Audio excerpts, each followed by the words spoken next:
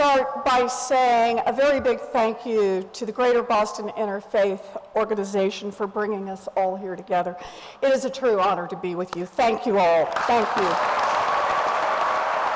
And I want to say to the Islamic Society of Boston Cultural Center, thank you for hosting us.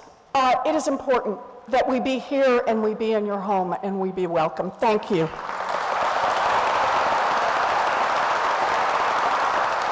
And a special thank you to the Imam for your hospitality. I am very grateful. I also would like, as we're adding the acknowledgments, to all of our elected officials, to all of you for being here, but I want to acknowledge Hamza Abdulghani, who is someone who is a member of the community here at the mosque, and who is also a member of my Senate staff and helped bring us together, and I am grateful for Hamza's work.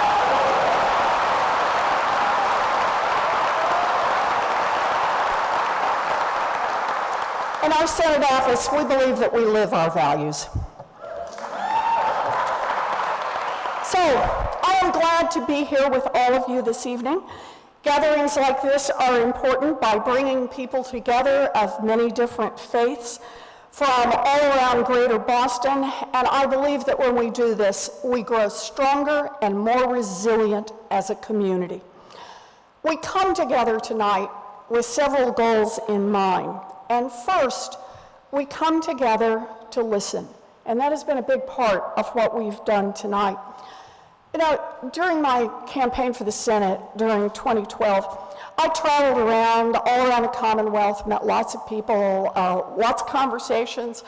There was also a lot of, it was very hectic during this. And let's be blunt, a lot of very contentious debate that was new to me. But in the middle of it all, I found moments for peace and reflection. And I met with local pastors, and I remember one piece of very wise counsel I received right here in Boston from one of our pastors. It was, be still and listen. Let people know what is in your heart.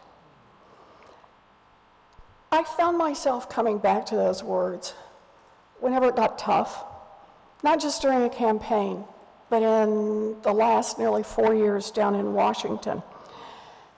I believe that truly to build bridges in our country, in our communities, whether it's political debates or it's other ways that we come together, that we start by listening and seeking understanding. I come here tonight, again, to reaffirm my desire to listen and to learn.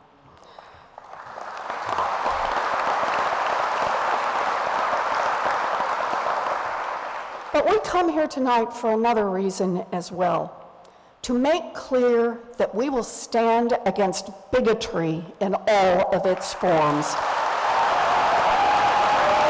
Yes.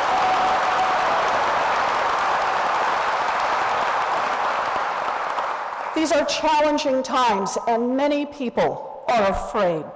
Since the election, hate crimes have been on the rise. Attacks on religious and racial groups have skyrocketed. And now is a time when we must be willing to say loud and clear, there is no room for bigotry anywhere in the United States of America. None.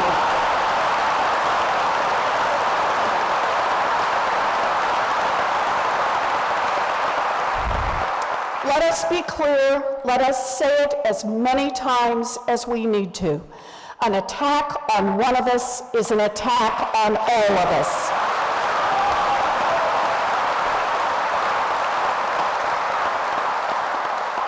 And we will fight back against discrimination whenever and wherever it occurs.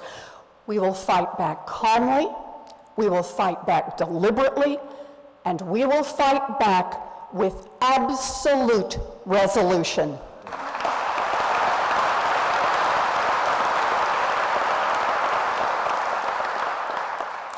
This country was founded on respect for the rights and dignity of Americans, and respect for the rights and dignity of every American must be and remain a core principle of our democracy.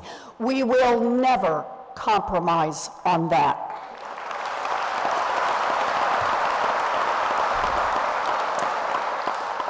And third, I just want to mention one more reason we come together.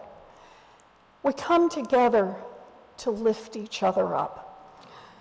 We reaffirm the idea that every American, regardless of race, regardless of creed, regardless of economic background, that every American deserves a fighting chance to build a future for themselves and for their families. We believe that.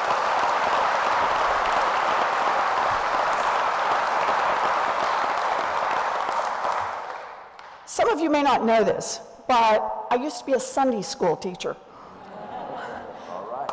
You bet. And get me back here, and I'm ready to go. But I was thinking about what I wanted to say tonight, and I wanted to return to what is probably my favorite Bible verse, and that is Matthew 25:40. And I'll do it. I won't tell the whole story, but it's the conclusion that gets me every time. Inasmuch as ye hath done this unto one of these, the least of thy brethren, ye hath done it unto me. Now, to me, what this one says is that regardless of our faith, regardless of our differences, that in every single one of us, there is God, there is something holy. That every single one of us is valuable, and that we must honor that in each other.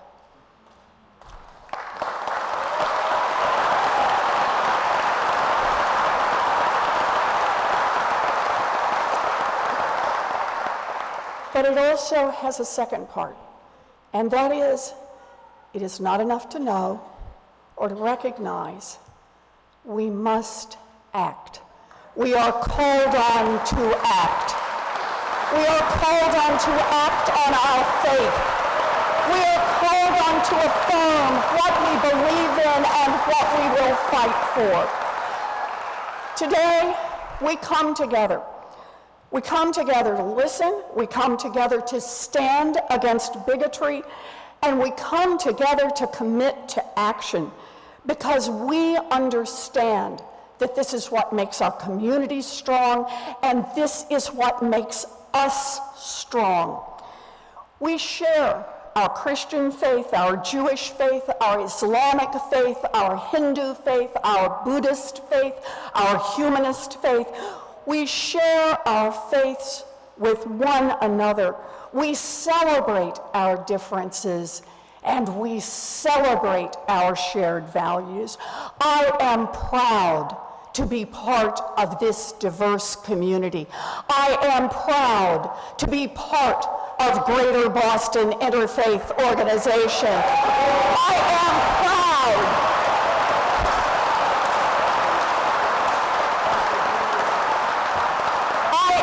proud to stand with every single one of you, to stand with you tonight and tomorrow and next week and next month, and to stand together forever.